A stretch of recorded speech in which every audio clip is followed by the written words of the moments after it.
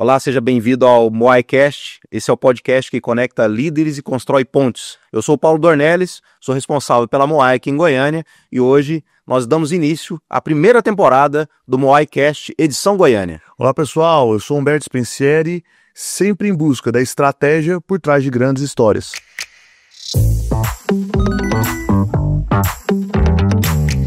Esse é o Moaicast. Pessoal, hoje nós estamos recebendo o Wasley Costa, CEO do Grupo Ascensão. Ele vai compartilhar conosco a história de vida dele, de como ele construiu esse grupo que hoje é referência não só no estado de Goiás, mas em todo o Brasil. Irmão, seja bem-vindo ao Moaicast. Obrigado, meu amigo, obrigado. Queria agradecer primeiramente o convite, né?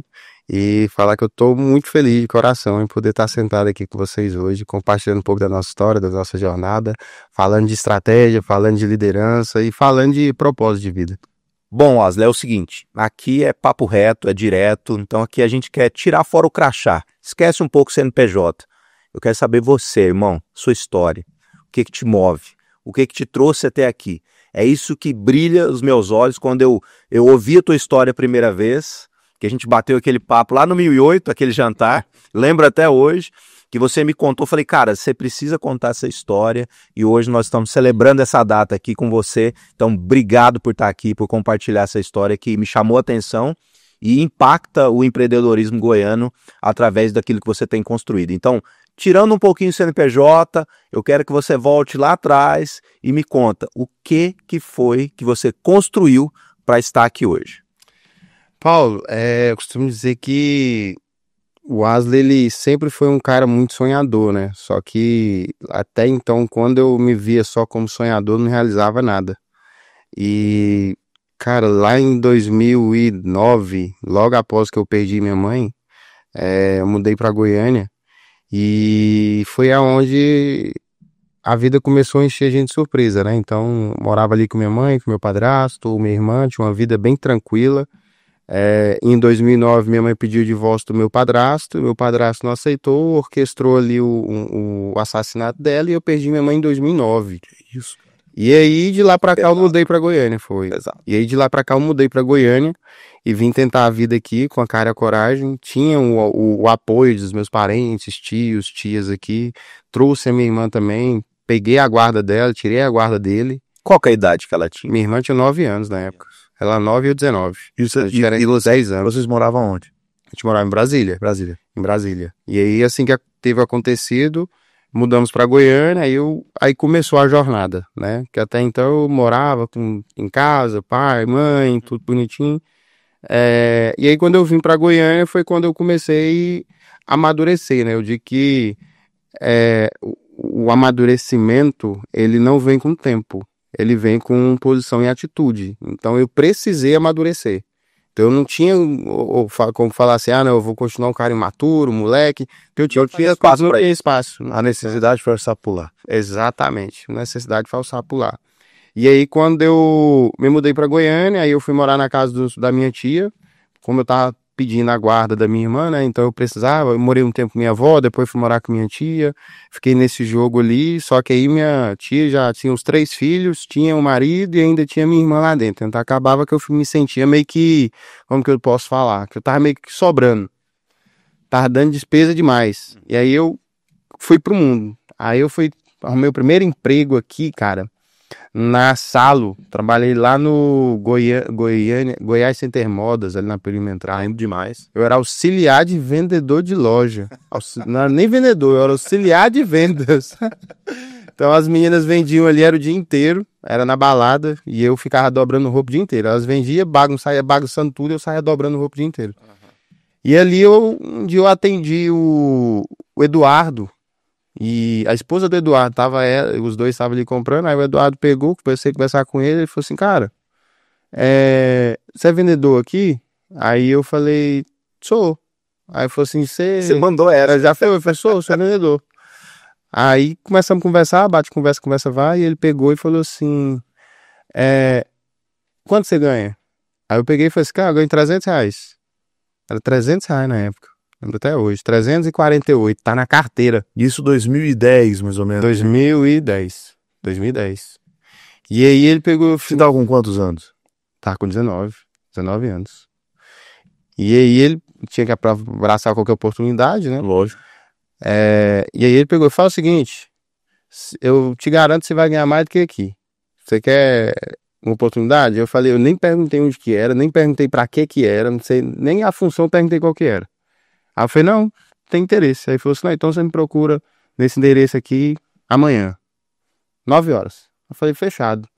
E aí era um endereço lá na 9, era uma empresa de recrutamento e seleção chamada Global, lembro até hoje.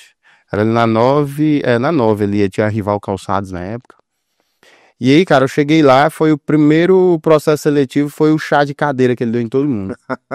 Eu cheguei 8 horas da manhã, e aí ele foi aparecer lá por volta de umas 4 horas da tarde. Nós éramos mais ou menos umas 40 pessoas no processo seletivo, e saía um, saía outro, aí saiu pra almoçar, voltou só a metade, aí sai mais um, sai outro. E aí quando ele chegou 4 horas, começou a chamar o pessoal pra entrevista 1 a 1. E o pessoal entrava e ia embora, aí um ficava, outro ia embora. Eu falei, cara, será possível que eu vou passar nessa entrevista com esse cara aí? Não é possível. Pressão já lá em cima. Falei, tô com fome, não comi nada, não tinha dinheiro nem pra almoçar. Aí, enfim, entrei, ele só perguntou, você tem experiência com vendas? Aí eu falei, tem. Aí ele pegou e falou, você já trabalha há quanto tempo com vendas? Eu falei, já tem 1 ano já que eu trabalho com vendas já. Aí ele pegou e dobrando falou, roupa. ele falou assim, você tá disposto a trabalhar de manhã, de tarde, de noite? Aí eu falei, tô.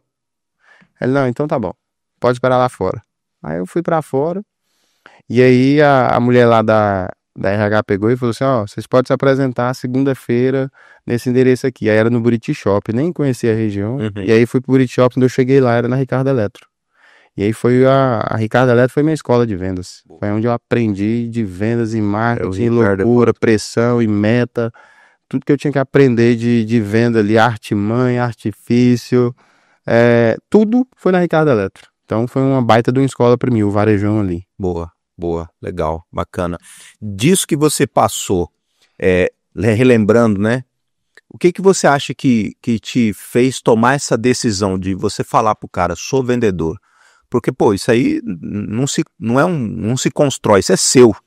Né? Ninguém chegou para você e falou, você tem que fazer isso. Foi você, deu um estalo e você falou, sou vendedor. O que você acha que aconteceu nessa hora aí? Paulo, eu aprendi uma coisa na minha vida. Toda oportunidade que aparece, eu abraço. Boa. Pode ser o que for. Então, eu passei muita dificuldade. Depois dessa fase da Ricardo Eletro aí, chegou um momento que as coisas começaram a desabar. E a gente não sabe por quê e só Deus tem a explicação. E a gente não tem maturidade suficiente para entender o que está acontecendo. Então, nessa época eu não tinha maturidade. Mas por conta da minha vida em si, tudo que aconteceu, eu aprendi a nunca dizer não, nunca fechar uma porta quando a oportunidade bate. Então, seja boa ou seja ruim, eu abraço a oportunidade. Então, se ele perguntou se eu era vendedor, eu falei, sou vendedor. Assim como teve outras oportunidades.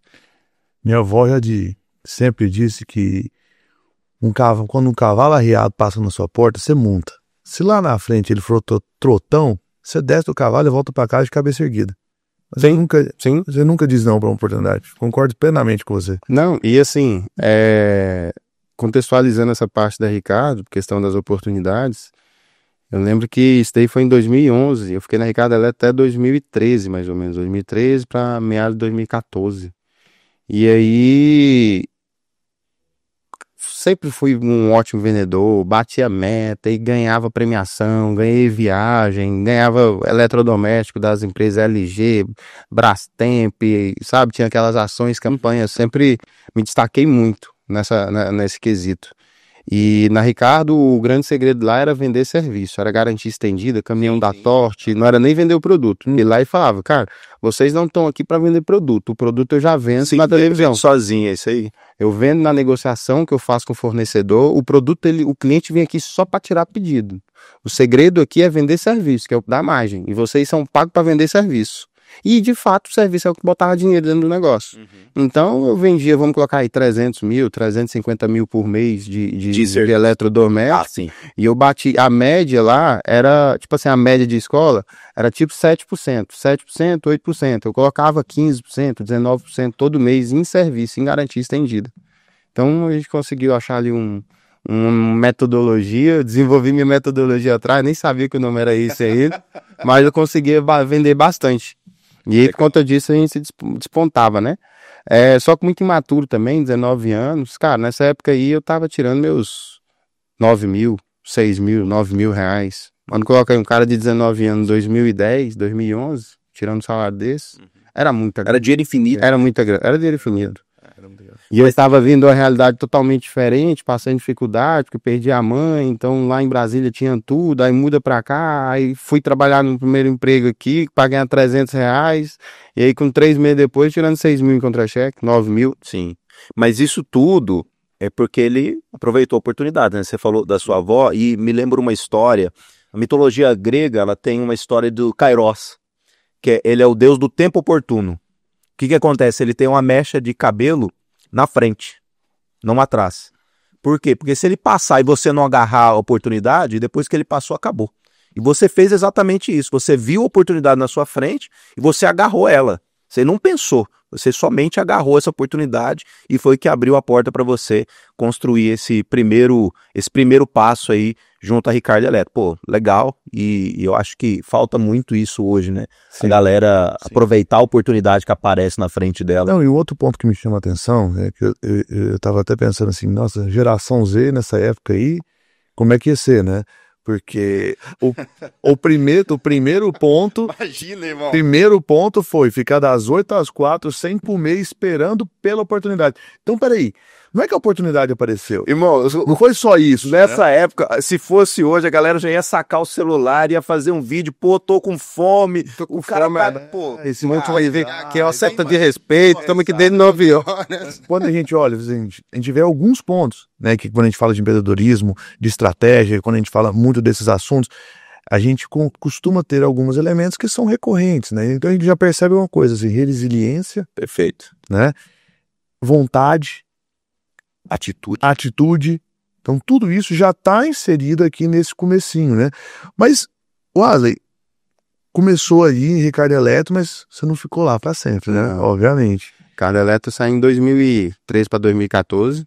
Na verdade, como eu falei, começou a minha jornada pelo deserto. Uhum. E aí, um pouco de maturidade, já tava com... O ego tava bem aqui em cima, achava que qualquer lugar que eu fosse... E a gente era desejado por gerentes de outras lojas, Casa Bahia, Ponto Frio, Novo Mundo. Então, a gente sempre trabalhei em shopping, né? Então, acaba que vai rodando ali. Ah, quem que é o melhor da loja ali? Quem que é o melhor da Casa Bahia? O melhor da Ricardo? Uhum. E aí, a gente se sentia como camisa 10, o Messi, o Cristiano Ronaldo da parada. Boleirão. Boleirão. E aí você ficava... Jogador caro. O jogador caro. Não, rola isso. O camarada, aí você chega novinho e tal, chega de... Cara, 3 meses, 19 anos, 3 meses com contra-cheque alto, já tinha a saga lá de frente ao Buriti lá, já meti um golzinho, G10, 0, banco de couro, tinha que escolher o banco de couro ar-condicionado, aí eu não, põe o banco de couro, mas o que é melhor, e foi loucura, cara, nessa época. E aí eu me achava, né? Eu me achava o vendedor, me achava o melhor.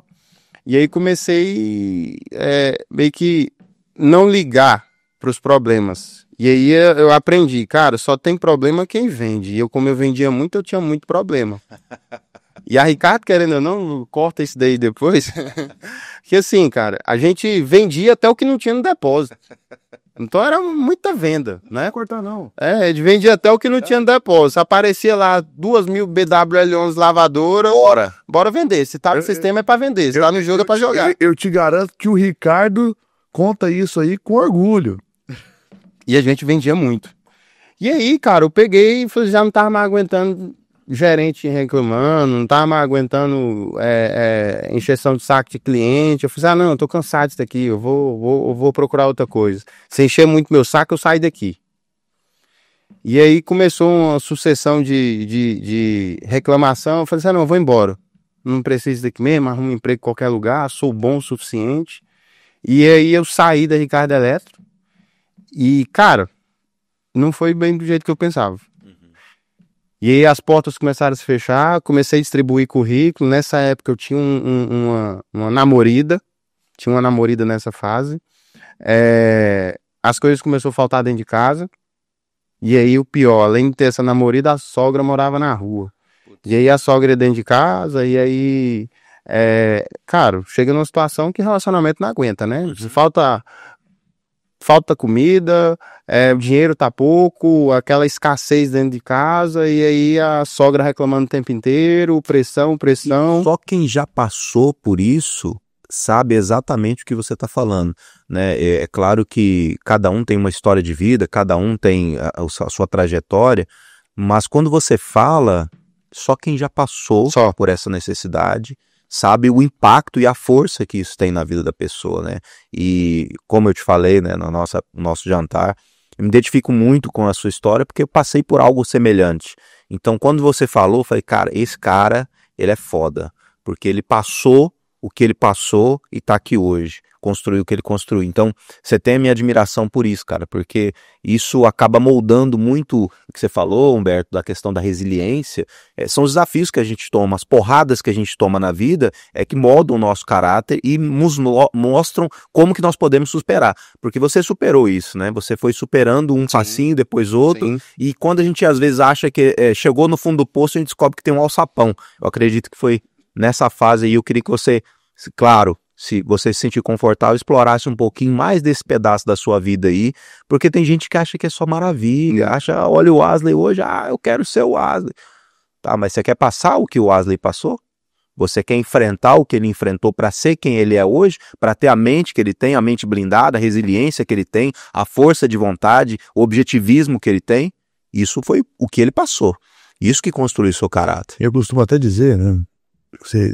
Acho que é importantíssimo compartilhar isso com a gente, Wesley, porque eu costumo dizer sempre que as pessoas acreditam que o 1% mais rico do mundo, 1%, aquele 1% que tanto se fala, ele existe porque o mundo, porque a sociedade fez isso, que essas pessoas são... Mas a realidade é que apenas 1% da população está disposta a fazer o que é necessário para chegar lá. É isso aí. É isso, então assim... E ainda tem os que estão dispostos e ainda tem os que suportam o processo. É isso aí. Porque uma coisa é você querer, outra coisa é você conseguir passar pelo processo, passar pela jornada, que é difícil.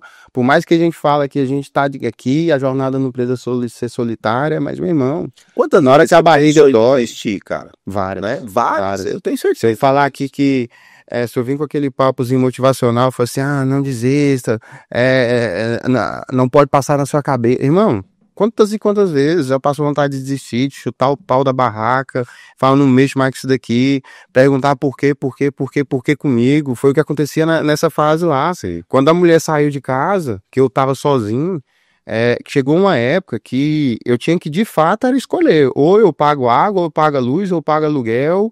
E aí eu tinha que fazer meio que uma negociação. Eu chegava no dono da casa, assim, segura esse mês que eu vou pagar a água e a luz aqui. Aí pagava. Aí faltava para comprar comida dentro de casa. E aí, cara, relacionamento não banca, velho. Esse negócio de falar assim, não, amor, isso e aquilo. Cara, o amor, ele não suporta a crise financeira. Não suporta. Se falar assim que... O amor, ele suporta tudo. Agora, a crise financeira é difícil. É muito difícil. Então, se você passar por uma tempestade financeira no seu relacionamento e o seu parceiro, a sua parceira, a sua companheira manter com você ali e vocês sobressair no final, irmão, não larga não. Porque hoje em dia é muito difícil você arrumar uma pessoa que fala que está do seu lado ali depois de uma crise financeira. É verdade. Problema financeiro e doença. São dois problemas ali que afastam muito relacionamento, que quebra muito relacionamento. E é engraçado, né, Wesley, que você está falando, porque quando a pessoa está no altar e ela faz os votos, exatamente o voto é esse: estou contigo na riqueza e na pobreza, na saúde e na doença. Só que isso muitas vezes é só da boca fora. Porque é quando você está na prova, como você falou, você está no deserto, é que você vai ver se de fato essa pessoa ela vai ser a sua parceira, né? E isso, cara, é o que eu mais vejo como desafio nos dias de hoje, né? Eu vejo muitos amigos casados com boas esposas que suportaram várias coisas, mas eu vejo muitos amigos também que tiveram problemas assim como eu, como você enfrentamos, que tiveram que atravessar o deserto sozinho, porque as pessoas que estavam com eles abandonaram o barco. Não, e é tão louco assim, Paulo, porque nessa época aí, que eu me vi sozinho dentro de casa, eu tinha meus parentes aqui em Goiânia, mas o orgulho, a imaturidade, não queria demonstrar fraqueza, porque o Wesley tem que ser aquele super-herói, perdeu a mãe há pouco tempo, tô lutando pela guarda da minha irmã, então eu não queria demonstrar fraqueza pra ninguém, porque o Wesley é aquele cara que tinha que mostrar que tava bem o tempo inteiro, sabe? Tinha que tava forte, nunca podia mostrar, derramar um touro, não podia demonstrar fraqueza. E aí eu comi, de fato, como que eu posso falar assim, o pão que o diabo amassou com a bunda nessa época. Eu acho que foi, Deus falou assim, meu filho, eu vou te provar, você vai passar pelo deserto e a jornada é sua, e a gente sem entender, então nada parecia de oportunidade de emprego, sabe? Nada. Eu saía, distribuía currículo para tudo quanto é lado, tinha dia que eu tinha que decidir se eu comia ou se eu pagava a passagem. Porque eu não tinha água mais dentro da caixa d'água, não tinha energia, porque a empresa de energia foi lá, cortou, eu fazia gato, cortava, eu fazia o gato de novo. Na terceira vez eles levaram o padrão, levaram o relógio. Aí eu imaginei fazendo gato, eles foram lá, cortaram o fio no poste, lá em cima, e levaram o fio. Porque não tinha, cara. E por muitas vezes o dono da casa que morava do lado, eu me sentia meio que o Seu Madruga. Quando eu via ele, eu dava vontade de correr. Só que ele via a situação, sabe? Dava prato de comida, falava assim, não, vamos almoçar comigo hoje aqui e tal, levar comida pra você ir. E a gente meio que... Cara, você comia com o olho cheio d'água, vontade de chorar. Porque não tinha comida dentro de casa. E não é... Quando eu falo isso, não é exagero. Ele cansou. Cara, eu sei exatamente o que você tá falando, irmão. Tinha vez que eu falava pra ele, eu ainda brincava com ele assim, eu falava assim, Jonathan, inclusive ele tava ontem comigo, eu falei assim, Jonathan, faltou água na sua casa aí, tá faltando água na rua, aqui faltou água, não voltou não, só o miguezinho, sabe? Aí ele, não, peraí, vou jogar a mangueira por cima do muro, você enche o balde aí, eu falei, não, beleza. Mas tem uma forma de tentar meio que quebrar, mas ele sabia a dificuldade que eu tava passando, então o Jonathan é um cara aí que foi um anjo que apareceu na minha vida, era um moleque novo, construiu as 2 casinhas ali com a grana que ele tinha pra... o pezinho de meia dele e o primeiro inquilino que ele teve foi eu. Putz. Aí uma aprovação pra você e pra ele, né? Pra ele. E o cara de coração enorme que nunca teve coragem de falar assim, não, cara, desocupa porque já estamos com 10 meses sem pagar aluguel aí, eu preciso que receba isso daí. Mas olha só, não foi uma provação por Jonathan, foi uma oportunidade de estender a mão. E hoje somos muitos amigos hoje. Não, com certeza, não tem como, cara. Não tem como não ser.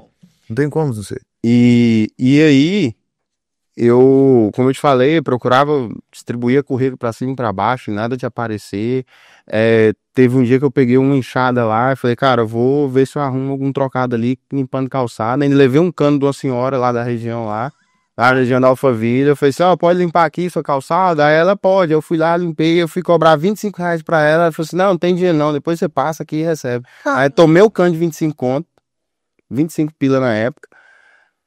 E eu falei, cara, não sei mais. E aí mesmo desisti, fui pra Canaã, fui ralar de correria lá, não sei se vocês conhecem esse termo de correria. Você chega na Canaã, pra quem não conhece é uma região aqui da Robalto, aqui em Goiânia, né? O nome chique é Canaã, né? O nome chique é Canaã, mas é conhecido como Robalto. Então você chega lá com retrovisor quebrado, aí você já fica os correria na rua lá, você quer o quê? Para-choque, lanterna, porta, capu, o que você precisa? Aí você fala e os correria vai atrás pra descobrir, sabe, a loja que tem, né, e fazer a negociação. Você já mapeava as lojas, sabia onde tinha o estoque de cada um, tudo na cabeça, chegava o cara, queria uma peça de carro A, B ou C, você já direcionava pro cara. E aí da Canaã lá pra onde eu morava ali na residencial Alphaville, ali na saída ali, próximo do Tabocão. E aí tem um dia eu falei, cara, eu vou lá pra Canaã, vou fazer umas correrias lá, ver se levantar um trocado. E aí eu tinha R$5 na carteira. Era os R$5 que eu tinha. Eu falei, eu vou de ônibus, chegar lá, eu ganho uma granazinha, como salgado e venho embora e levanto uma granazinha. Nesse dia eu não consegui vender nada. E aí não tinha dinheiro pra comer, não tinha dinheiro pra pagar passagem, vim embora a pé, da Canaã até lá na região do Tabocão. Pernada. E aí, meu amigo, é a hora que você vai refletindo da vida. E aí você olha os carros passando e caminhão passando. E eu falei, meu Deus, por que eu tô passando isso? E a barriga doendo. E aí, quando eu cheguei ali próximo, tem um supermercado, nem sei se o nome ainda é o mesmo, Supermalde na época. E aí, passando pelos fundos dele, que a minha rua era a V10, era bem rente com a lateral dele, e passava pelos fundos para cortar caminho. E aí o pessoal começou a jogar as coisas no fundo do supermercado. Ouviu o barulhão do portãozão batendo. E aí jogaram os trens do supermercado fora lá no container. E aí foi instinto de sobrevivência. Foi sobrevivência. Aí eu falei, vou ali ver o que esse povo tá jogando fora.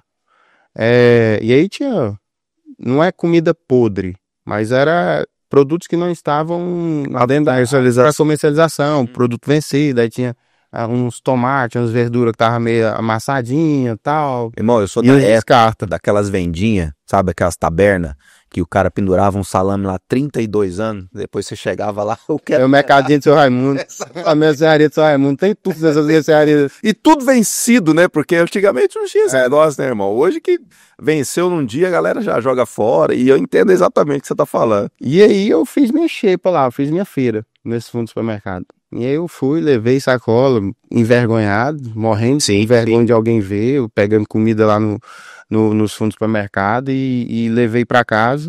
E foi o que eu tive pra comer por uns dias. E assim, não tinha já energia, então não tinha como guardar na geladeira, então tinha que comer o que estragava rápido, tinha que comer logo, né? E o restante fazia um fogareirozinho ali, não tinha gás, fazia um fogareirozinho com a panela, com os gravetos lá e fervia as verduras. E cara, pra mim foi uma das fases mais difíceis, porque mexe muito com, tipo assim, cara, será se eu tô fazendo tudo certo? Por que eu tô, onde começa os porquês? Será se eu tô fazendo certo? O que eu fiz de errado? Aonde que eu errei? Aonde que eu pequei? Perdi minha mãe, perdi emprego, isso e aquilo. Por quê? Foi a noite inteira de porquê. E jogador caro a banco de reserva. Sim, a noite inteira perguntando por quê. Nada, nem telefone tocava com esperança. Cara, eu ficava olhando o telefone parecendo menino apaixonado, com a primeira namoradinha. Ficava esperando o tempo todo alguma empresa de RH mandar mensagem, falar assim, você foi sorteado, você foi escolhido aqui no processo seletivo, parará, e nada, nadinha. Na época eram os SMS, né, os torpedos. Sim. E aí eu peguei e falei, cara, não sei o que tá acontecendo. E aí nesse dia eu dormi, chorando, de tanto choro, dormi. Aí no outro dia o cabeção, eu lembro até hoje, bateu no portão, e aí eu saí e falei assim, você quer trampar de garçom? Apareceu uma vaga de garçom lá, a mulher perguntou aqui se tinha alguém pra indicar. Aí eu falei, ué, cabeção, eu nunca trabalhei de garçom não. Aí ele brincou e falou assim, não, qualquer pessoa dá conta de carregar uma bandeja. Aí eu falei, não, então tá bom. E um garçom é um vidador, né? Aí eu peguei uma calça preta de varejão, coloquei um sapato e fomos. E cara, é coisa de Deus, sabe? De que tudo, Deus providencia tudo na hora. Quando eu cheguei lá, eu falei assim, meu filho, Dona Andara, era a casa Sabor e Flor ali no Bueno, era uma das casas de buffet mais requisitadas que tinha. E aí ela pegou e virou pra mim assim, meu filho, você tem experiência já? Eu falei, demais. Muito tempo já bandejando. De novo o Kairos passando na frente ali. E ela falou assim, você sabe fazer suco? Aí eu falei, sei. Ela falou, então já vai lá pra cozinha lá e já prepara os sucos que estão lá no balcão lá pra hoje. E aí, meu irmão? Aí era suco de abacaxi cortelã, aí era suco disso, era suco daquilo, suco de laranja. E aí minha barriga já tava quase quebrando de tanto beber. Eu fazia 5 litros de suco, tomava uns 3 copos. Pá. E aí você falou, achei a boa agora. Não, e aí serviu a janta, 5 horas da tarde, liberou a janta, aquela galinhada. Eu tenho fotos até hoje que os meninos que trabalhavam comigo na época me viram no Instagram e falou assim, inclusive uma mandou mensagem ontem. Aí falou assim, mas vou te mandar umas fotos aqui que você vai lembrar. E aí foto a gente reunido no fundo do buffet, aí sentado lá com as paneladas de galinhada e bebia os refrigerantes. E aí à noite, na primeira bandejada, que eu já ia sair lá, aqueles camarãozão desse tamanho assim, os pitus, sabe, dentro dos copos, dentro das maçãs, e eu já com a bandejada assim, cara, ontem eu tava comendo comida do lixo. Peguei um ponto cego ali, já peguei os camarão, já fui comendo já voltava. Mas isso é rápido, hein? Eu falei, o povo tá com muita fome lá no salão. E assim, cara, pra mim foi Foi uma resposta de Deus, né? Porque um dia antes, tava passando fome, comendo comida que pegou nos fundos do supermercado. E no outro dia, tava num casa de sabor e flor, num dos buffets mais requisitados, comendo camarão pitu, bebendo suco à vontade, galinhada. E ainda ganhei R$ 90 na diária. E aí, quando eu saí de lá às 7 horas da manhã, isso foi numa sexta-feira. E aí eu cheguei, a gente entrava 1 hora da tarde, 2 horas da tarde e saía 5 horas, 6 horas da manhã. E aí eu fui correndo pra casa, com uns R$ 90 na mão. Era uma nota de 50 e 2 notinhas de 20. Cheguei lá na casa, bati no portão do Jonathan. E aí o Jonathan saiu de manhã cedinho. Aí ele falou assim, fala, Wesley, uma hora dessa? Aí eu falei, não, deixa eu te falar. Comecei a arrumar um trampo ali, eu vou começar a te pagar o aluguel que eu tô te devendo. E aí eu abri a mão, assim, o dinheiro todo enroladinho. Aí ele pegou e falou assim, irmão, fechou minha mão de volta, falou assim, eu sei que você tá precisando de outras coisas lá, dá prioridade pro que você precisa e depois nós vamos mais pra frente, essa questão dos aluguéis. Então, assim... Muito forte isso aí. Foi, como eu te falo, foi uma fase muito difícil. E aí minha vida começou a deslanchar, graças a Deus, fiquei na casa da dona Andara lá, fiquei 1 ano e meio, mais ou menos, trabalhando de garçom. E como ela tinha esse buffet, ela tinha um infantil também. Então eu ficava dia de quinta, sexta, sábado e domingo. Segunda-feira tinha um buffet infantil, aí eu fazia o infantil segunda e terça. E aí dia de quarta e quinta era degustação no buffet. Então eu tava lá a semana inteira praticamente. E aí eu almoçava, aí eu já filava a janta, aí quando tinha festa, aí eu já comia coxinha. Então, comida pra mim, um ano ali, eu consegui manter a barriga ali durante um ano, né? E sempre atendia muito bem, sempre me relacionei muito bem. Você era vendedor, né? Vendedor puro. Então, tinha a manha ali do uísque e eu sempre queria agradar os noivos, porque eu entendi que a oportunidade de ser o garçom dos noivos é onde você ganhava caixinha. E aí você pegava o noivo ali, tava comemorando, tal, você garçom dele, enfiava o uísque nos noivos, era um pesadelo das noivas, né? Porque assim, derrubava os noivos.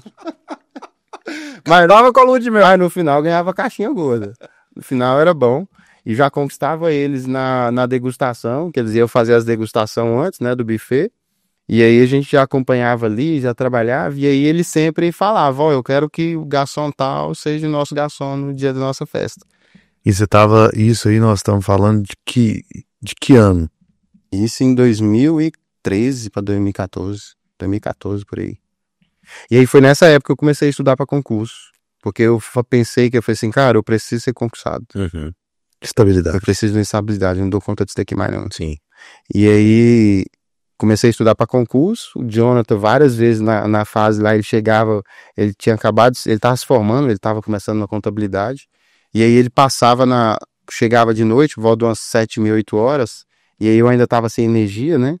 E ele passava lá e eu estudando na calçada, porque era a luz do poste que eu tinha à noite. E aí eu ficava na calçada estudando. Eu lembro que em 2015 eu passei em 4 concursos públicos. Então eu tinha que, cara, minha única salvação é isso daqui, é algo que só depende de mim. Não vai depender de nenhum currículo, não vai depender de nenhuma entrevista, só vai depender de eu passar nessa prova. E todos os concursos que eu fiz eram para nível superior e eu não tinha meu curso superior ainda. E a estratégia minha foi, eu não tenho dinheiro para tirar o nível superior, se eu passar, eu dou um jeito de correr atrás. Que aí algo me força. E aí eu passei em 3 concursos, passei na Polícia Penal aqui, passei no Pará, na Polícia do Pará, na Polícia Militar, passei na Polícia Militar de São Paulo, e do de São Paulo era nível médio, do Pará também, agora o daqui era nível superior. E aí depois que eu passei, aí eu fui correr atrás do meu certificado, né? Certificado de nível superior, que aí tinha um tempo para correr atrás. Mas o engraçado é que era nível superior, o que mais tinha era advogado fazendo a prova, e eu ficava, meu Deus, não é possível, esse tanto de cara aí, eu já era, não vou passar não. Mas Dante, eu vou estudar, vou fazer o meu. Uma luta constante contra a mente, né? A mente o tempo inteiro. O tempo todo. E aí era problemas pessoais, era problema familiar, era sozinho, dificuldade disso, daquilo, tinha que correr atrás da grana, tinha que estudar, mas quando eu via lá os meus concorrentes, né, eu fiz um cursinho preparatório à noite, que eu ganhei até a bolsa do Rodolfo. Rodolfo é um empresário em Goiânia, grande amigo meu hoje também. E quando eu comecei a fazer esse cursinho lá, que eu vi os caras tudo advogado, fazendo cursinho preparatório para concurso, eu falei, cara, esses caras podem ter currículo, pode ter certificado, diploma de advogado, mas nenhum desses caras aí tem a fome que eu tenho. Nenhum desses caras tem a fome que eu tenho. Na hora que eles fez a prova, um monte de advogado lá ficou pra trás e eu passei. E aí eu feliz, e eu feliz, e eu falei assim, caramba, agora eu catei o certificado. Agora é correr atrás de diploma. E é onde eu fui atrás do nível superior, porque eu não tinha ainda. Sim. Mas assim, só prova que só depende da gente, né? Sim. Só depende da gente. 100%. Tudo só depende da gente. Como que você fez? Aí você fez uma faculdade em tempo recorde? Sim, aí tinham os tecnólogos, né? Ah, Aí durante o tecnólogo valia. de um ano. E aí, durante um ano ali, era o processo, os trâmites das etapas, tá? Eu ainda tinha a opção ainda de entrar com um recurso, pediu... Porque assim, você passou isso, se você tiver inscrito, aí o Estado era obrigado a esperar você concluir para entregar o certificado. Só que esse concurso foi tão enrolado, nós passamos em 2014 e nós fomos nomeados em 2017. Putz. Foi na época do Marconi. E aí o Marconi criou classe inicial, aí queria retroagir o edital. E aí, assim, são coisas que acontecem que ajudam, né? Que aí eu ganhei esse período, finalizei o curso. E aí nesse período eu fui pro Pará, assumi a Polícia Militar no Pará. Ah, tu foi pra lá, Fui então. pro Pará, tomei posse lá. E aí, quando eu fui nomeado aqui em 2017, eu vim embora. Larguei tudo lá e vim embora. Fiquei 6 meses lá. Nessa época minha irmã já tinha ficado maior de idade. Eu não tinha assumido em São Paulo, porque como eu estava no processo de guarda da minha irmã, o advogado falou, ó, você tá na guarda de sua irmã. Se você for para São Paulo, você vai perder a guarda. Porque ela é menor de idade e ela não vai poder ir com você. Porque a guarda é você e sua tia. Guarda compartilhada os dois. Aí eu falei, não, então abri mão do concurso de São Paulo. E aí eu fui pro Pará e depois já retornei pra Goiânia. Entendi. Hoje, se você pudesse olhar pro Wesley do passado, chegar no ouvido dele e sussurrar pra ele uma única coisa que você pudesse falar pra ele, o que você falaria pra ele? Continua firme e aguenta pressão. Que vai valer a pena lá na frente. Isso aí. Que vai valer a pena lá na frente. Eu queria muito ter ouvido um sussurro desse lá atrás. E eu lembro que naquela noite, um dia antes do Cabeção me bater lá no portão, que eu tava na minha crise existencial e chorava e choro pra cá e pra lá, que eu perguntava por quê. E aí eu ouvia a voz na minha cabeça, eu achava que eu tava ficando doido e hoje eu tenho a ciência, sabedoria que não era loucura, que era Deus falando com a gente, né? Falando no nosso subconsciente. E eu ouvi o tempo inteiro, não desiste que vai dar certo. Boa. E quando eu vejo muita gente hoje falando de princípios e valores, eu acho que eu até comentei isso contigo já uma vez, eu vejo muita gente falando de meus princípios são inegociáveis, meus valores são inegociáveis. É muito fácil você falar hoje de princípios e valores quando você tá com a barriga cheia, não tá passando fome, quando tem uma água quentinha saindo do chuveiro, quando você tá com as contas pagas, quando você não tem cobrado na porta de sua casa. De fato, quando você não está literalmente passando fome, faltando o básico dentro de sua casa. Tem um filósofo estoico que ele fala o seguinte, eu não lembro, Sêneca, Marco Aurélio, enfim, que é muito fácil você manter a virtude num ambiente virtuoso. Sim. Mas a diferença tá você manter a virtude num ambiente totalmente oposto a isso. Que aí é que você prova que você realmente é uma pessoa de valor, né? Porque é muito fácil, né, Humberto? É muito fácil. E aí quando a gente vem na periferia, a gente tá na periferia passando por dificuldade, irmão, sou de segurança pública, eu entendo muito bem sobre isso daí. A bandidagem, o crime organizado, ele tá de olho em quem tá precisando de oportunidade. Então a gente era aliciado o tempo inteiro. Então a coisa que eu sempre aprendi foi entrar e sair de qualquer lugar. Então várias oportunidades de vamos meter uma fita no posto de gasolina, vamos assaltar uma lotérica, vamos motocar ali um celular na rua, vamos roubar um posto de gasolina, roubar um ponto de ônibus de manhã cedo. Cara, oportunidades dessa era toda hora, né?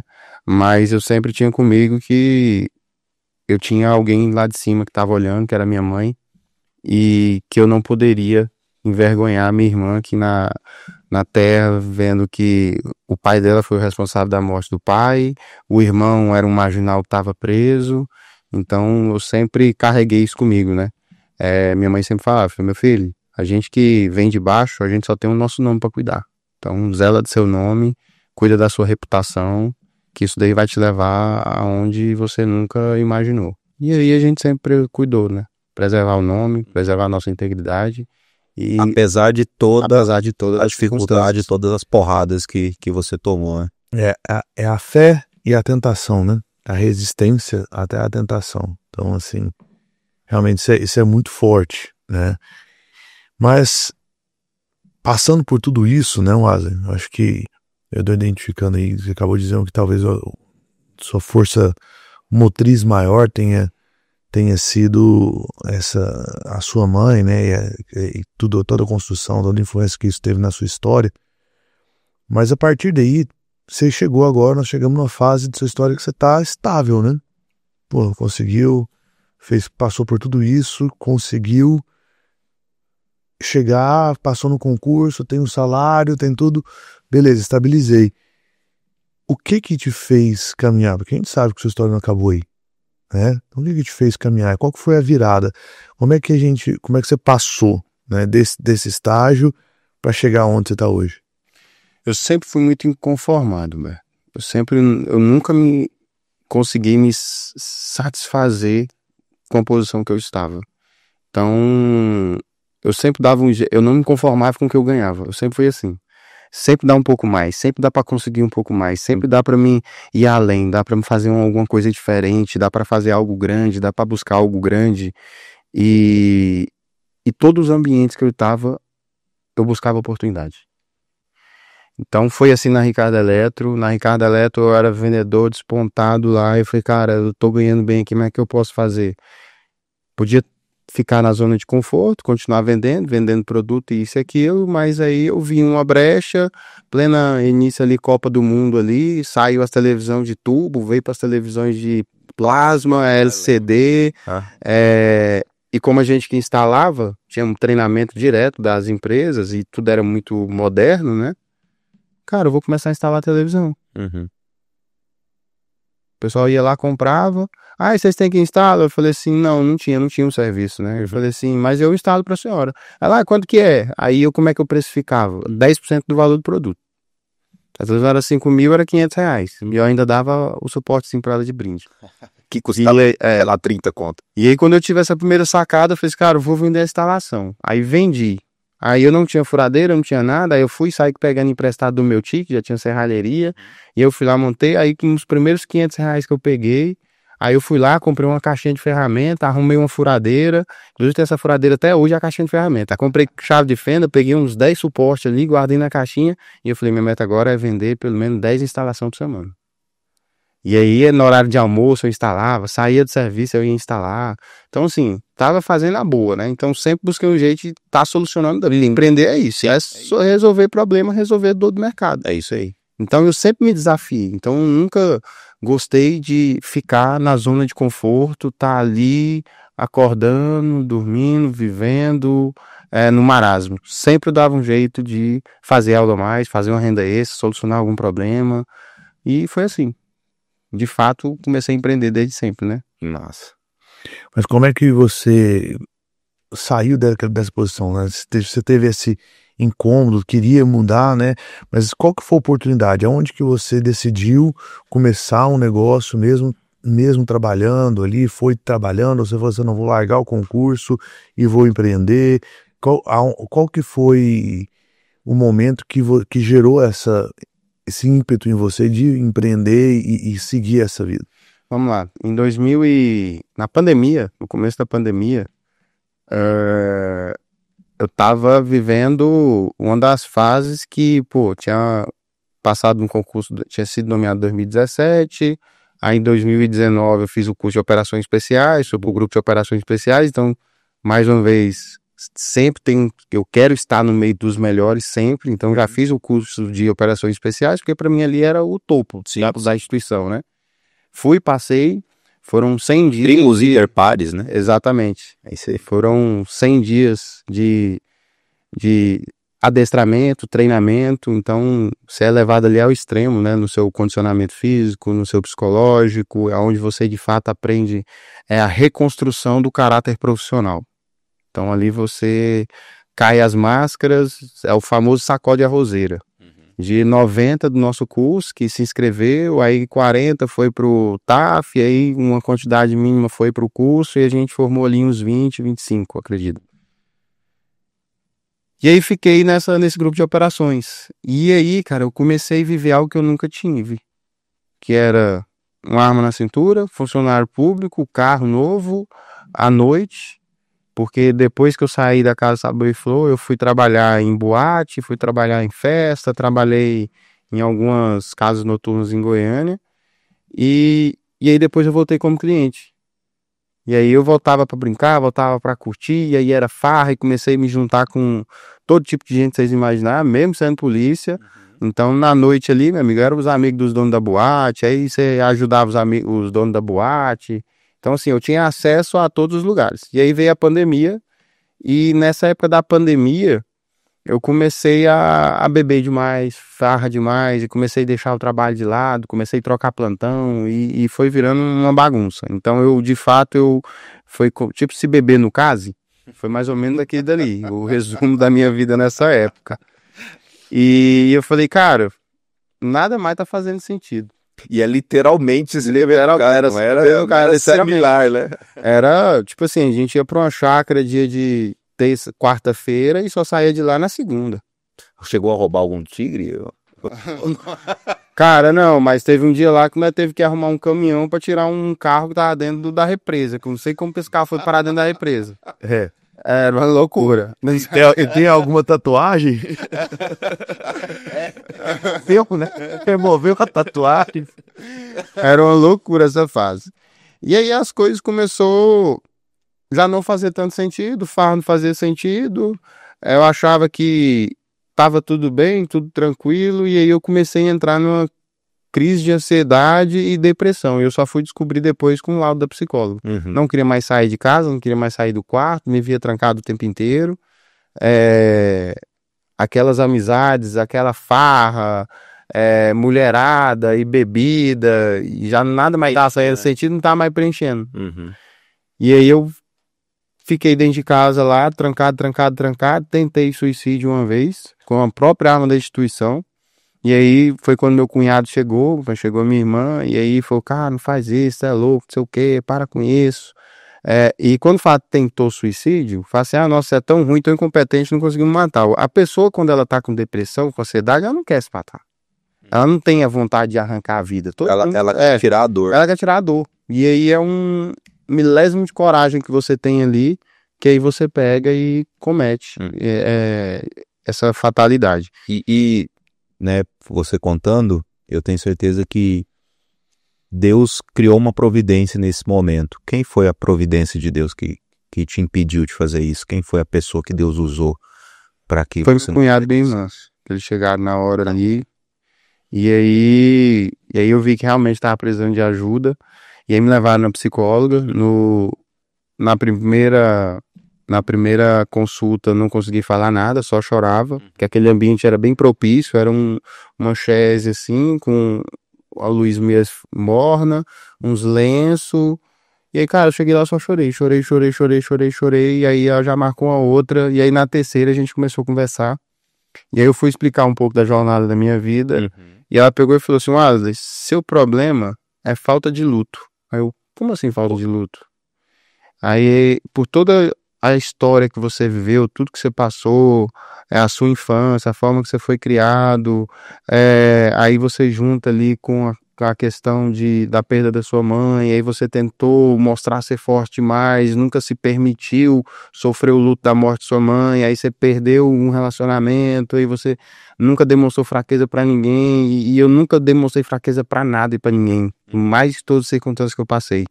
Isso é muito do homem, né? O homem tem muito isso, né? De ser o bastião, né? De ser o esteio ali. De ser o provedor, o protetor, o cara que tá sempre firme. E aí quando você não consegue, você mexe no seu ego, na sua vaidade. E aí atinge. E aí ela pegou e falou assim, o ser humano, independentemente de quem seja, você tem que ter momento de luto para tudo. Seja luto na perca de um parente, de um ente, de um amigo, na perca de uma amizade, na perca de um cachorro, de um gato, de um bicho, na perca de um trabalho, na perca de uma amizade. Tudo que você perder, que for de valor para você, aprenda a ter luto. Só que o luto, ele não tem data para começar, mas ele tem que ter um data de fim. Porque se você não der um fim pro luto, o luto te acaba contigo. E aí virou uma bolha, eu virei uma bomba ambulante. E aí quando eu comecei nessa época da farra e cachaça demais, e farra, pingue e foguete, eu meio que começou a despertar essas neuroses em mim de começar a pensar demais. E aí esse pensar demais eu fui me aprofundando e eu fui pegando ali todos aqueles sentimentos, aqueles problemas emocionais que eu tive e explodiu nessa época. E aí ela pegou e falou assim, ocupa sua mente com alguma outra coisa, tal, tenta fazer outra coisa que não seja a polícia. E nem na polícia eu tava conseguindo ir mais. Consegui uma licença, consegui um afastamento lá. E eu falei, cara, tá bom, vou fazer alguma coisa, vou vender. Aí tinha um dinheirinho lá, comprei um monte de bugiganga do Paraguai. Aí comprei uns 4 mil reais na época, aí consegui fazer uns 9 mil com ele. Eu falei, esse negócio dá bom. E nessa época era um celularzinho pequenininho, era chip, era pendrive, era essas coisinhas, sabe? Aí eu coloquei 8 mil, aí eu consegui fazer 15. Aí eu lembro que a terceira ou a quarta tentativa eu coloquei 30 mil, o cara sumiu com o meu dinheiro. Putz. O freteiro. Caramba. E eu falei, não vou mexer com isso aqui mais não. Vou mexer com outra coisa. E aí E minha o cara família... é corajoso, né? Mexer com polícia. Operações especiais, ainda querer dar o cano no cara, olha o tamanho do cara. O braço dele é mais grosso que o meu pescoço, irmão. Esse cara aí, te garanto que ele não planejava voltar, não. E aí, quando foi, eu falei, cara, minha família mexia com construção, né? Eu falei, cara, vou atrás de uns parceiros. Aí tinha uns amigos, o Valdemar Neto, que hoje é dono da Vale, que foi meu sócio na incorporadora. E eu falei, cara, vamos construir? Já que ele já tem a construtora. Eu falei assim, nós tá com um projetinho ali em Hidrolândia. Aí eu falei, então eu vou fazer um em Anápolis. Aí foi quando eu peguei minha primeira construção para fazer. E aí era para construir 2 casas e eu levantei um prédio lá em Anápolis. Era para ter um custo ali de 400 mil reais, no final das contas saiu 1 milhão. Na época não sabia como que estava aparecendo, mas eu estava fazendo. Porque assim, eu tinha metade de caixa, eu consegui fazer o dobro. E, cara, foi de fato estratégia. Eu pegava aqui, junto aqui, faço aqui, vendo em negócio aqui, conecto, vendo aqui, puxo, faço uma gambira. Eu acho que eu tinha que fazer um curso de gambira. Eu acho que eu virei profissional. Eu sempre pego aqui, se você me der essa caneca aqui, eu volto com um carro pra você me dar essa caneca. Mas sabe o que eu vejo nisso, Wesley, que você é muito bom nisso? São as conexões que você faz, né? Conectar com as pessoas certas que vão te ajudar a cumprir seu objetivo. Sim. E isso é muito interessante. E são poucas pessoas que têm essa habilidade ou esse feeling tão apurado. Então é mérito seu, cara, de você saber conectar com as pessoas certas e conseguir tirar os seus projetos do papel. Porque até mesmo se você conecta com uma pessoa ruim, cara, vai atrasar a sua vida um monte. Com certeza. Né? E você ter esse feeling aí de pegar e pegar uma caneca e transformar num carro, pô, isso é fantástico. E assim, é não ter a vergonha de fazer, não ter a vergonha de aproveitar a oportunidade e é vender. No final do dia, tudo é venda. A gente se vende o tempo inteiro. Ele é um puto de um vendedor. Então, ele chegava falando, vamos fazer, vende. E eu pego um gancho disso que você falou, porque aqui na Moai a gente valoriza muito as conexões, né? Nós vivemos isso, né? O Wesley, para quem não sabe, pessoal, ele é nosso embaixador aqui da Moai em Goiânia. Desde o início acreditou no projeto. Antes de eu trazer a Moai para Goiânia, tanto o Wesley quanto o Humberto, que foi a primeira pessoa que eu falei, vambora, né? E o que a Moai faz? Ela faz isso, ela conecta pessoas. O objetivo da Moai é conectar pessoas e gerar valor e fazer a roda girar, fazer os negócios engrenar. Então, cara, novamente agradecendo, obrigado por acreditar no projeto, obrigado por estar no High End Club. Naquele dia no conselho, a galera praticamente aplaudiu de pé, eu recebi muito feedback. Pô, que bom que o Wesley estava aqui, que bom que ele me deu um insight, que bom que ele me orientou, que eu não estava pensando daquela maneira. Então, cara, obrigado pelas conexões que você tem feito aqui dentro da Rede Moai. Valeu, eu que agradeço. E no final tudo é isso, né, cara? É pensar em estratégia, pensar em como poder estar agregando, planejar, igual você tinha falado, sobre a parte estratégica. Eu acho que se eu tô onde eu tô hoje aqui, graças a Deus, tá sempre pensando fora da caixinha, né? Sempre tá pensando fora da caixinha e sempre atrás de novas parcerias. Parceria estratégica é de fato o que faz virar o jogo. Perfeito. E nessa trajetória, olhando agora em retrospecto, você tem uma pessoa que você julga que ela foi a principal conexão que você fez que te ajudou a chegar aonde você está hoje? Nossa, acho que seria até covardia, porque foram tantas pessoas que eu me conectei. Costumo dizer que foi uma parede, foi uma construção, tijolinho por tijolinho. Acho que todas as conexões que eu fiz até hoje, depois que eu aprendi de fato ser intencional, depois que eu aprendi de fato ser estratégico, entender como é que funciona o jogo de gente grande, buscar as conexões, não fechar a porta para ninguém, entender que, cara, essa conexão aqui agora não vai me servir em algo, mas eu posso servir ela e lá na frente eu posso conectar ela com alguém que vai precisar, com um serviço, com um produto ou alguma coisa assim do tipo. Então, acho que o meu maior patrimônio hoje é a agenda do meu celular. Que massa, velho. Então, acho que não tem uma pessoa específica, eu acho que é o conjunto, eu acho que é a minha construção. Cara, mas você falou algo interessante, Humberto, e tem uma frase que o Bruno Perini falou uma vez num podcast que eu ouvi, e eu adotei ela, e eu vejo que é muito importante isso, que é o seguinte: não seja babaca. Por quê? O cara babaca, ele fecha muita porta. E você não sendo babaca, você pode deixar as portas abertas, porque você pode comprar uma empresa de uma pessoa, uma operação que você tem interesse, ou você pode ser comprado por essa pessoa. Sim. Né? Essa pessoa pode vir para cima da sua companhia, da sua empresa e comprar a sua operação, desde que você não seja babaca. Né? Então, eu vejo muita babaquice no mercado, no meio empreendedorismo hoje. As pessoas que se acham melhor do que os outros e amanhã, irmão, o mundo, como diz o ditado, ele não gira, ele capota.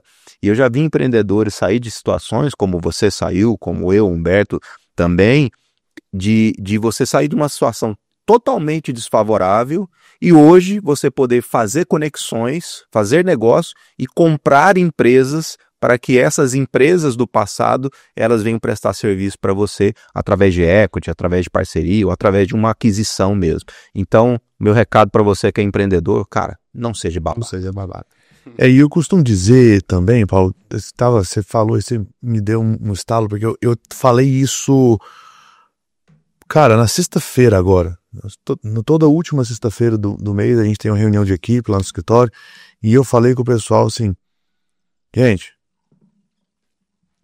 vocês têm que ter a intencionalidade, vocês têm que ir para os lugares, vocês têm que conviver com as pessoas e assim, e não é ir para o evento empresarial, para o evento corporativo para vender para os outros, você vai para servir. Vai ser gente boa, cara, gente boa. Cara, você gosta de vinho, vai conversar de vinho. Você gosta de relógio, vai conversar de relógio. Vai trocar ideia com o cara, serve o cara, o que você pode ajudar. E faz isso de verdade. Não faz isso querendo que ele te contrate. Perfeito. Não, se for para dar negócio um dia, vai dar. Natural, né? Natural. Primeiro a gente se relaciona. Depois a gente faz negócio. Porque a gente faz negócio com quem a gente se relaciona. Exatamente. Entendeu? Ninguém faz negócio com... Exato. Então, assim, é muito difícil, porque as pessoas acham que é ir para um evento corporativo, né? Que é ir para um summit, que é ir para um evento, né? Vou lá aprender e tudo mais, e chegar e falar assim: oi, tudo bem? Eu sou Humberto, aqui do meu cartão. Oi, tudo bem? Aqui do meu cartão, tá meu cartão aqui, eu faço isso, você tá precisando do quê? Vamos marcar... Não, meu irmão, peraí. Calma. Primeiro, se dá. Primeiro, se doa. Depois é que as coisas acontecem. É isso aí. E muita gente quer inverter essa lógica, né, Wesley? Eu lembro quando eu falei do projeto Moai aqui em Goiânia, eu lembro que você estendeu a mão para mim, falou: cara, conta comigo. Né? E a mesma coisa você falou: Paulão, eu tô com um projeto aqui e tal, e eu falei a mesma coisa para você.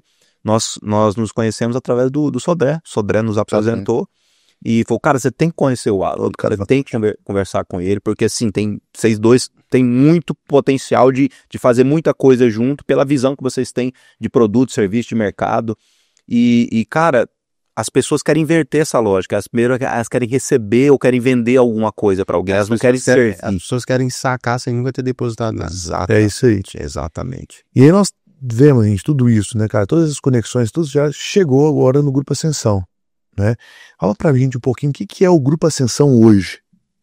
Vamos lá, Beto. O Grupo Ascensão, eu desenvolvi ele justamente por conta de estar no meio dos empresários o tempo inteiro e ver oportunidade.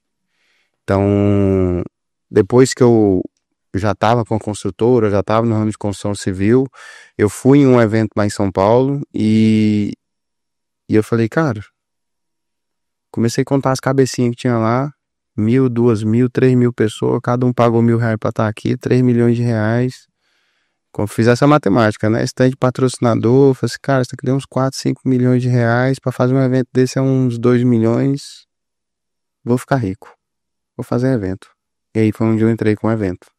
E aí eu fiz o primeiro evento aqui em Goiânia, que foi o Up Summit, primeira edição, muito suor, muita lágrima, nunca tinha mexido com o evento, não sabia nem pra onde que ia. Sangue, suor e lágrimas, literalmente. Literalmente. Foi algo muito desafiador, sem nenhum real no bolso. Quando eu falo isso, a gente desperta muita gente, não precisa de dinheiro pra fazer evento. Mas é porque eu dei a cara a tapa e foi muita pressão, meu amigo, foi muita pressão. E aí, com essa construção do Up Summit, primeira edição, segunda edição, Kepler me chamou para ser sócio dele, João Kepler. E aí foi quando a gente entrou de sócio na Bolsa, na Equity Fund. Então é um fundo de investimento hoje. E aí eu comecei a entender mais o jogo, que eu não ia ganhar dinheiro com o evento. E aí o pessoal começou mentoria, só que eu nunca gostei dessa função de mentor, de ser mentor. Até mesmo às vezes uma crença de merecimento, achava que não sou capaz de ensinar ninguém, mas é porque eu sempre fui um cara muito acelerado, então é na parte estratégica, é isso e aquilo, e isso sim também dá para me mentorar. Só que aí eu entendi que eu podia ganhar dinheiro com os negócios que são feitos por trás. E aí foi quando eu comecei a entender as dores das pessoas que iam para o Summit, dos empresários, e aí eu comecei a entender sobre equity, comecei a entender sobre nova economia, e foi quando meus olhos foram abrindo para o mundo de possibilidades, e aí quando eu consegui entender que eu poderia contribuir com os empresários nas dores deles. Então, seja numa parte de contabilidade, seja numa parte jurídica, seja numa parte de marketing, seja numa parte de vendas. E aí eu comecei a trazer empresas que faziam sentido para dentro do grupo. A gente começou a fazer essas parcerias, essas sociedades. E aí eu fundei o Grupo Ascensão. Então, o Grupo Ascensão hoje é 100% focado em solucionar problemas de empresários. Boa. E aí a gente trabalha tanto na parte da empresa quanto na parte do empresário. Então, a gente desenvolve o empresário e a gente desenvolve a empresa. Os dois andando juntos, né? Porque não tem como você falar que você vai mexer na empresa do cara se você não mudar a cabeça. Não tem jeito, cara. Não, esse é o primeiro passo. Eu costumo dizer que é o seguinte, cara, principalmente quando você tá, eu que lido muito com empresário o tempo inteiro, né, e tô sempre tentando ajudá-los, eu já tive algumas vezes que eu tive que chegar pro empresário e falar assim, cara, deixa eu te falar uma coisa. Você quer fazer o negócio? Você quer mudar? Você quer agir? Você quer transformar isso aqui? Porque assim, se não for para fazer o que precisa ser feito, me avisa que você para de perder seu tempo e para de gastar dinheiro comigo e eu paro de perder meu tempo. Porque eu não quero ficar aqui recebendo dinheiro seu para não fazer o negócio acontecer. Porque primeiro, em absolutamente tudo na vida, primeiro passa pela mudança da cabeça. Exatamente. E é você querer fazer um negócio. Eu vejo muita empresa, muito empresário aí que a corporação, que o negócio, o camarada fatura 20 milhões, 30 milhões, 100 milhões ano. E aí você olha de longe assim e fala assim, nossa, que negócio gigante. Aí quando você entra, e aí você começa a ver o tanto de gargalo, tanto de problema que causa. E aí tem uns que você olha e você fala, cara, isso daqui é igual uma garrafa. O gargalo tá em cima. o que não tá fazendo o negócio crescer, o problema tá em cima. Tu sabe, É o dono do negócio. naquela expressão da vaca no telhado, tu fala, olha a vaca no telhado, fala, cara, como essa vaca foi para lá? Como que esse cara tá gerindo essa empresa desse tamanho? Sim. Qual é a cabeça que ele tem? Com a cabeça fechada. E não é menosprezando o Não. cara, porque ele construiu um baita negócio. Só que esse negócio poderia ser muito melhor, maior e mais estruturado se ele tivesse E a aí- cabeça mais e aí- aberta, né? Eu tenho um sócio que fala exatamente que às vezes a gente entra dentro de um cliente assim, ele vira pra mim e fala assim, como é que esse cara não quebrou ainda? E aí eu sempre falo pra ele, é porque não parou de entrar dinheiro ainda. O negócio é muito bom, né? Não, é porque não parou de entrar dinheiro. Se em algum momento ele tiver qualquer redução de fluxo de caixa, ele vai quebrar. Sim. E aí tem até um negócio que eu sempre digo, assim, é meio redundante, até idiota um pouco, mas não é um negócio, nunca quebra um negócio. Quem quebra o negócio é o empresário. Sim. É o empresário. A empresa não quebra, quem quebra é o empresário. Isso aí. E assim, o que eu acho, igual eu falei pra vocês, tem muito negócio grande, muita empresa grande, mas o nível de consciência do empresário é a síndrome de Gabriela. Eu nasci assim, eu cresci assim, eu vou morrer assim. Então o cara começou com um modelo de negócio lá atrás, e aí esse negócio começou a dar certo lá atrás, e ele veio. Na capacidade de adaptação. Ele tem pouca adaptação. E hoje a gente vive de fato na nova economia. A gente é um novo mundo, é um novo mercado, não é mais como antigamente. Então, às vezes, o camarada ele tá faturando bem, ele tá tendo uma margem de lucro boa, mas, cara, sempre cabe melhorar. Sempre dá pra você passar do nota 10 ali, dá pra você... Um dia desse eu tava conversando com o meu sócio Felipe. Eu falei, Felipe, qual a nota que você dá? Eu falei assim, vou dar 9. Por que você não dá 10? Ele falou assim, dá porque eu ouvi uma vez lá, porque se eu chegar no 10 eu entro na zona de conforto. Eu disse, não, cara, você chegou no 10, vê no 10,5, vê o 11, vê o 12, mas sempre tem algo além, sempre dá pra você chegar mais.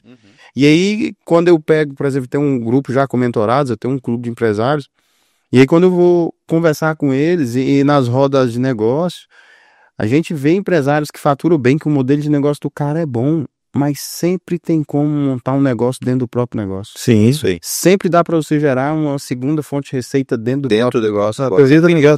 Exatamente.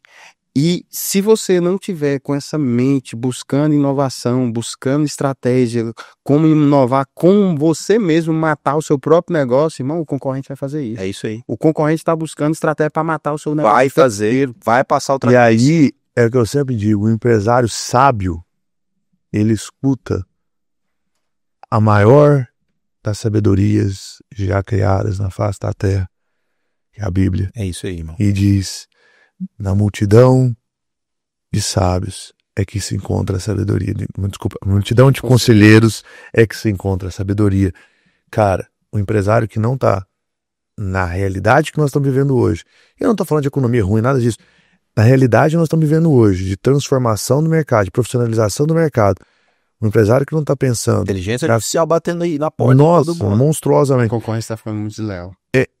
o cara que não está olhando para a construção de governança dentro da empresa, para a construção de conselho dentro da empresa, porque não adianta, cara, se o cara está na operação, ele não vai conseguir pensar fora da caixa. Ele não vai conseguir criar um negócio dentro do negócio dele, porque ele está ali. Então, ou ele precisa sair da operação e subir para um conselho, e botar alguém para tocar a operação, ou ele precisa trazer alguém de fora para estar dentro do conselho ajudando ele. Se não existir essa estrutura, o negócio dele vai travar ou vai quebrar no futuro, não adianta. Não tem como. E assim, independentemente do nível que seu negócio esteja, busque sempre conselheiro, pessoas que estão tendo uma visão de fora, pessoas que estão... Eu costumo dizer assim, você tem que estar sempre furando bolha. É isso aí. Você não pode ser enviesado. É isso aí. Cara, eu sou totalmente contra um empresário ele ser enviesado politicamente, ser focado só no... Cara, ouve todo mundo, escuta todo mundo. Sim. Eu, particularmente, eu sou direita. Mas, cara, eu vou num negócio de esquerda. Eu escuto, eu sento em roda com a galera da esquerda. Eu tenho altos papos cabeça com socialistas de carteirinha. Cara, Já tive uma discussão de horas sobre a diferença, sobre as falhas e as virtudes do socialismo e do capitalismo com um socialista marxista ferrenho. O cara tem que saber Questão dialogar só. de valores. Não é porque o cara é da esquerda que tudo que ele fala é errado. Não. Entendeu? Então, assim, é buscar você tá em outros nichos, outros segmentos. Cara, se eu sou do segmento da beleza, eu vou ver o que o pessoal lá da energia solar que eles estão fazendo. O que eles estão trazendo de inovação, tendência para o negócio deles? Isso aí. O que tá funcionando lá? Ah, sei lá, vai pro agro. O que o pessoal do agro tá fazendo? Como é que esse pessoal aqui, qual a estratégia? Como é que é a estrutura de vendas? Como é que eles fazem no marketing? Como é que faz? É buscar, é furar, romper bolha o tempo inteiro. Porque aí você começa a romper, irmão, alguma coisa você vai ver diferente em outro mercado, que você vai conseguir modelar e trazer pro seu. E é importante dizer, o pessoal que está nos assistindo, que construir um conselho, não estamos falando necessariamente de montar uma estrutura gigantesca. Para uma empresa muito grande é necessário. Mas na pequena empresa, na microempresa, você tem diversas possibilidades. Esse conselheiro ele pode ser um amigo, pode ser um consultor, pode ser um mentor. Esse conselho pode vir de um grupo, uma comunidade empresarial que é a Moai. A Moai faz isso e faz isso de uma forma magnífica, que são os conselhos estratégicos. Exatamente. Então, assim, é querer fazer, é aceitar você colocar a sua deficiência, né, abrir a sua fragilidade para que o outro possa te ajudar. Exatamente. Eu ia tocar nesse assunto justamente sobre isso, porque às vezes o empresário, ele acha que contratar um conselheiro vai ser muita grana, mentoria, isso aqui, mas se coloca em ambientes. O ambiente, ele muda a frequência, ele muda a forma de você pensar e esteja rodeado de empresários. Só quem resolve o problema de empresário é um outro empresário. Perfeito. Só quem vai saber da dor real de um empresário é outro empresário. O cara tá com experiência, cara. O cara tá com a pele em jogo, ele tá todo dia resolvendo problema, todo dia ele tá matando um leão, tá desviando das antas principalmente. Então, se não tiver, cara, junto nesse ambiente, vai ser muito difícil ou vai ser muito mais doloroso ele passar essa travessia do que ele estando no ambiente como o que a gente está inserido hoje, né? Exatamente. Perfeito. Bom, vamos lá. Para a gente finalizar, tem um papo aqui direto e reto. Vamos lá. Uma boa ideia ou uma boa conexão? Uma boa conexão. Fechar negócio sozinho ou crescer com parceiros? Crescer com parceiros. Demitir um amigo ou manter alguém ruim no time?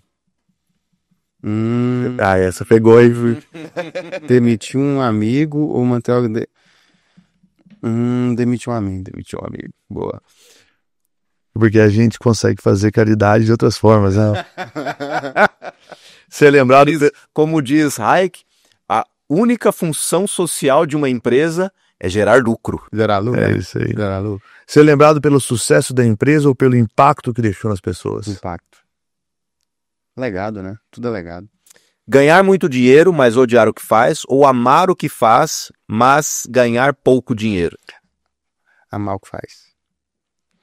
Fechar um grande negócio, mas perder um amigo, ou manter um amigo, mas perder o negócio? Eu mantenho a amizade. Sem dúvida. O negócio depois vem de volta. O negócio vem de volta. Vai e volta. Ter uma equipe que te ama, mas não entrega resultados, ou uma equipe que entrega muito, mas não gosta de você? Equipe que entrega muito, né? Equipe que entrega muito, sem choro e sem Não é sobre ser amado, né? Não é sobre ser amado. É sobre resultado, e se a empresa tem resultado, o time com certeza ele vai te amar lá na frente. Não tem como. Um investidor que manda mais do que você ou ficar sem investimento nenhum? Essa é fácil. Ficar sem investimento. Sem investimento. Investimento a gente que faz, né, irmão? Ficar sem investimento. Perder seu melhor cliente ou perder o seu melhor funcionário? Perder o melhor cliente. Eu não troco um cliente por um bom funcionário, não. Costumo dizer que Lealdade. tudo é gente. Tudo é gente. O empresário, ele tem que saber escalar time. Escala time e o time escala a empresa. Boa. Enquanto você não aprende isso daí, você não entende esse jogo, já era. Se você achar que você que é empresário, você que vai escalar, que você vai acordar cedo, que você que vai resolver os problemas, não. Escolha as pessoas certas, coloca as pessoas certas no lugar certo, na função certa e deixe que elas desenvolvam. É isso aí. É isso aí. É isso aí. Bom, pessoal, a gente está finalizando aqui com o Asley, hoje CEO do Grupo Ascensão. E, cara, faz um dos maiores eventos de empreendedorismo do estado de Goiás, que é o Up Summit. Cara, você tem além da minha admiração, Os parabéns pelo que você tem feito aqui no ambiente empresarial, no ambiente de empreendedorismo em Goiás. Cara, obrigado demais por você compartilhar a sua história. Poucas pessoas têm essa coragem de vir num ambiente como esse e expor a fragilidade. E eu ouço todo mundo. Eu ouço aquele cara que vem e fala de números, faturamento, a empresa, cara, legal, bacana. Só que o que eu gosto de ouvir é isso aqui, é a sua história, a sua trajetória. O que fez você ser o que você é hoje. É isso que, na minha opinião, é de fato relevante e algo que inspira as pessoas que estão nos assistindo, que vão nos assistir e vão se inspirar também na sua história. Vamos lá, Humberto, qual que é a sua última pergunta para o nosso amigo? Wesley, primeiro te agradecer imensamente por ter compartilhado a sua história. É uma história linda, difícil, dura, desafiadora, né? Mas eu gosto de, como aquela pessoa que está sempre buscando o que tem por trás das grandes histórias, né? Pegar alguns pontos. Então nós vemos principalmente persistência e resiliência, fé absoluta e o tempo inteiro, né? Então você falou sobre passar por desertos, sobre enfrentar todas as dificuldades, sobre suportar a pressão e suportar o processo, não necessariamente quem é melhor, né? E a gente aprende que é o como, é o que se faz com os talentos que a gente recebe, não necessariamente os talentos que a gente tem. Acho que Charles Darwin tem uma frase para isso, né? Que a espécie que sobrevive não é a mais forte nem a mais resistente. É a que mais sabe se adaptar à situação, né? Ao ambiente. Mas o próprio parábola dos talentos ensina isso, né? Jesus ensinou isso.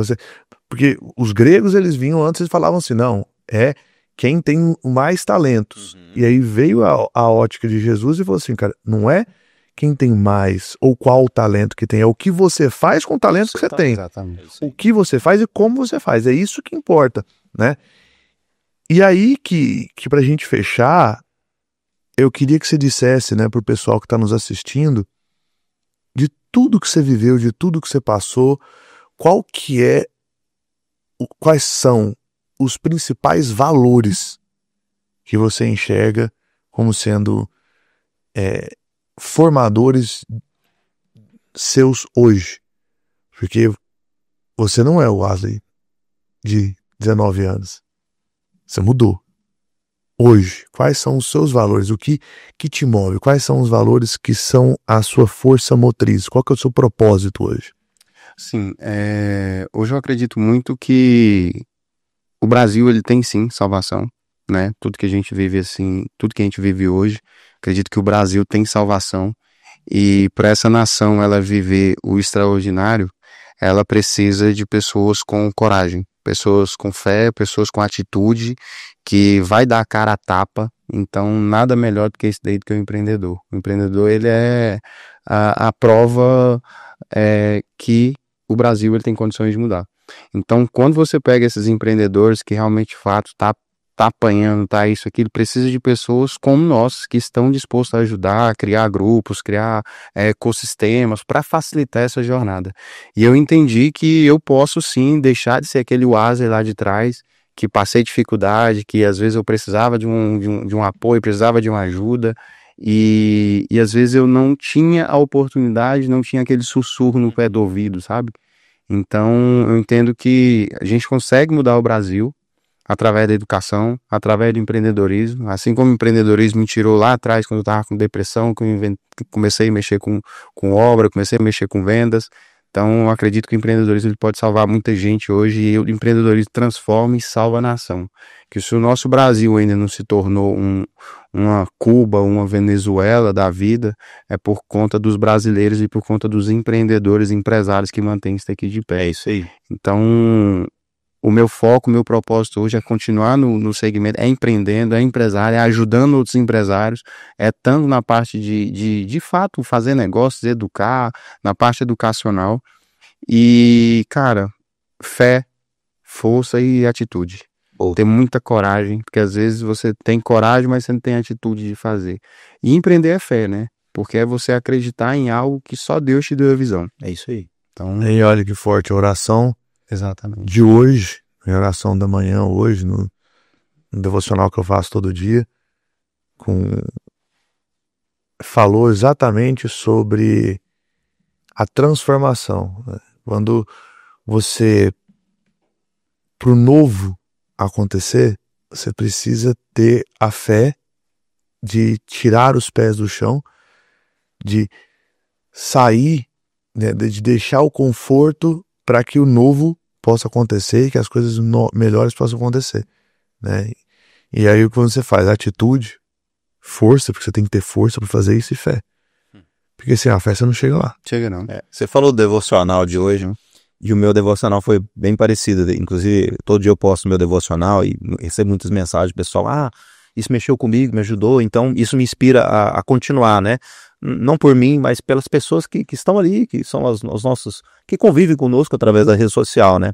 E foi aqui a passagem que eu coloquei hoje, né? Porém, meu servo Caleb, visto que nele houve outro espírito e perseverou em seguir-me, eu o farei entrar na terra que espiou, a sua descendência a possuirá. Então, acho que o empreendedor ele tem esse outro espírito, que apesar do governo, apesar da situação caótica que nós estamos vivendo, ele sempre olha o copo meio cheio, né? Exatamente. Então, obrigado por compartilhar a sua visão, obrigado por compartilhar a sua história. Cara, é uma satisfação enorme ter você aqui. Já falei isso daqui, vou repetir. Eu tenho muita admiração e muito respeito por você. E obrigado mais uma vez. Quero agradecer também ao Hub Curta Mais, né? Nós estamos aqui gravando nosso podcast aqui. Um abraço especial ao Marcelo Albuquerque, que nos proporcionou estarmos aqui gravando esse episódio com toda a estrutura, com todo o carinho, com toda a atenção que ele nos proporcionou. E, cara, já fica o convite pro próximo, pra gente estender esse papo aí, porque falar de negócio é o que a gente gosta. É isso aí. Muito obrigado, Wesley. Eu que agradeço mais uma vez e conte sempre comigo aí, conte com o grupo e vocês podem ter certeza lá de cá, vocês estão um parceiro, tem um amigo que estamos aqui pronto 24 horas online roteando para atender vocês aí, ajudar no que for preciso. É recíproco. É isso aí. Valeu, pessoal. Valeu. Abraço. Abraço, até mais.